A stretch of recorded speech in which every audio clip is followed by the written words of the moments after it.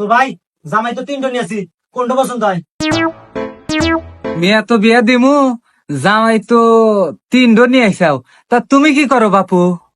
Uncle আমি তো একটা কোম্পানিতে চাকরি করি। হ্যাঁ, সামান্য কোম্পানির চাকরি? না বাপু, তোমাকে দিয়ে হবো না।